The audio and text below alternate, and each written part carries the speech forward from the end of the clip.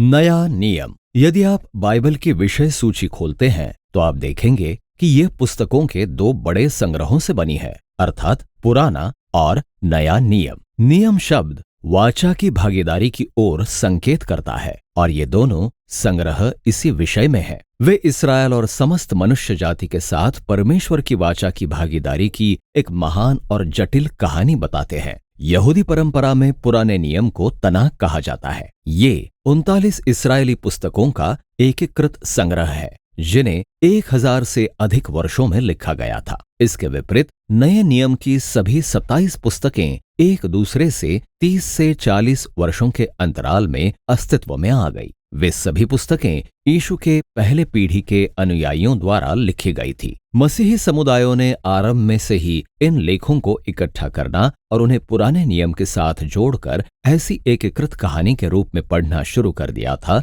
जो यीशु की ओर ले जाती है। नया नियम 4 वृत्तांतों के साथ शुरू होता है जिन्हें सुसमाचार कहा जाता है। वे नासरत के यीशु के जीवन, उसकी मृत्यु और उसके पुनरुत्थान का वर्णन शुभ संदेश की घोषणा के रूप में करते हैं। उनके बाद 5वां वृत्तांत आता है जिसे प्रेरितों के काम कहा जाता है। यहाँ जी उठा यीशु प्रेरितों को आज्ञा देकर भेजता है। शब्द प्रेरित का शाब्दिक अर्थ भेजे हुए होता है, अर्थात वे लोग जिन्हें यीशु के प्रतिनिधियों के रूप में नियुक्त किया गया है कि वे समस्त प्राचीन जगत में जाकर उसके विषय में शुभ संदेश को फैलाएं। प्रेरितों के काम की पुस्तक के बाद प्रेरितों द्वारा लिखी गई पत्रियों का संग्रह आता है। इनके लिखे जाने का उद्देश्य यीशु के अनुयायियों के उन स्थानीय समुदायों को शिक्षा और मार्गदर्शन प्रदान करना था जिन्हें कलीसियाएं कहा जाता था। इसमें प्रेरित पौलुस से संबंधित 13 पत्रियां हैं, पर उन्हें उनके लिखे जाने के समय के क्रम के अनुसार नहीं बल्कि बड़ी से छोटी पत्री के क्रम में व्यवस्थित किया गया है। इसके बाद इब्रानियों की पत्री है जिसे प्रेरितों के किसी करीबी लेकिन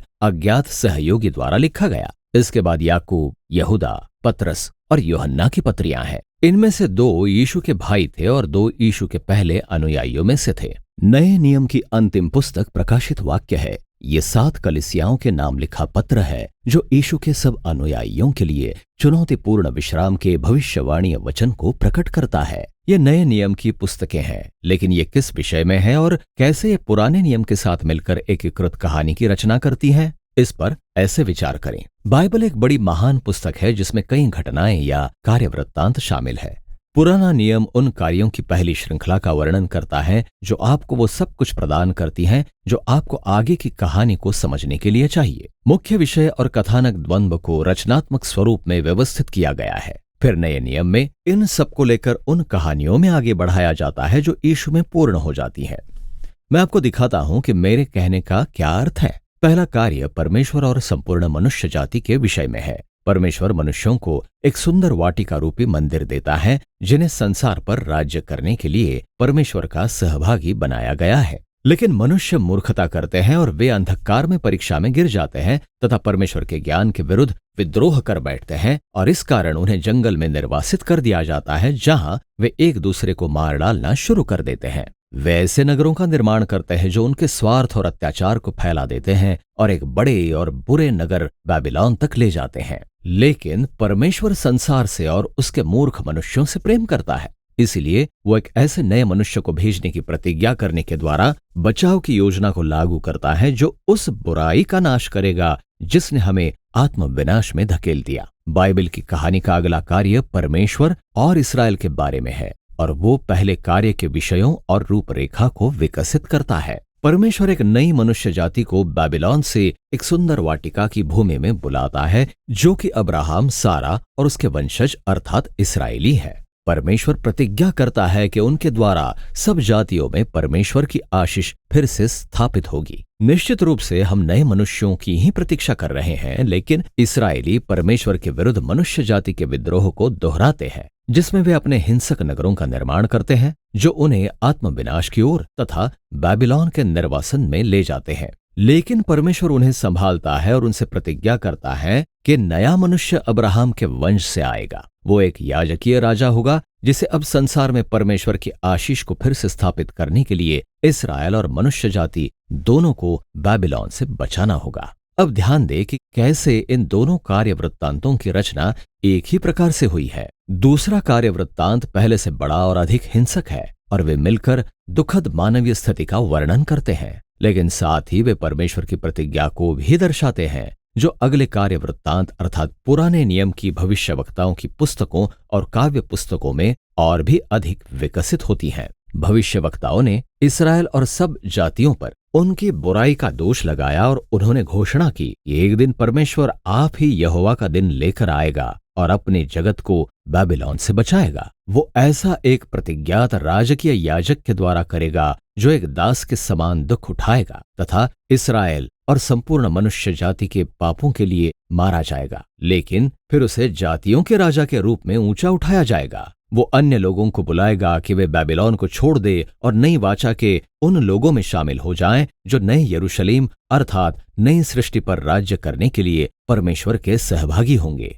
पुराना नियम कहानी में एक नए कार्य वृत्तांत की अपेक्षा करते हुए समाप्त होता है, और जब आप नए नियम में आते हैं तो यहाँ वही कहानी है जिसे अब यीशु में आगे बढ़ाया जा रहा है। आइए कैसे ये देखें। चारों सुसमाचार वृत्तांत नासरत के यीशु को अब्राहम के प्रतिज्ञा किए हुए उस पुत्र के रूप में जो जातियों पर परमेश्वर की आशीष को फिर से स्थापित करेगा, और साथ ही ऐसे नए मनुष्य के रूप में प्रस्तुत करते हैं जो बुराई को हराकर परमेश्वर के साथ मनुष्य जाति की सहभागिता को पुनर्स्थापित करेगा। अतः यीशु को एक मनुष्य और उससे अधिक के रूप में चित्रित किया गया है। उसने परमेश्वर द्वारा प्रतिज्ञा किए हुए राज्य के आगमन का प्रचार करते हुए यात्रा की, और उसने ऐसी बातें की और कार्य किए जैसे कि वो इस्राएल का ईश्वरीय राजा है। लेकिन स्वयं को राजा कहने के बजाय यीशु ने अपना वर्णन मनुष्य के पुत्र के रूप में किया, अर्थात ऐसा मनुष्य जो सेवक की तरह काम करता है। सुसमाचार यह दावा करते हैं कि यीशु में इस्राएल का परमेश्वर एक विश्वास योग्य इस्राएली और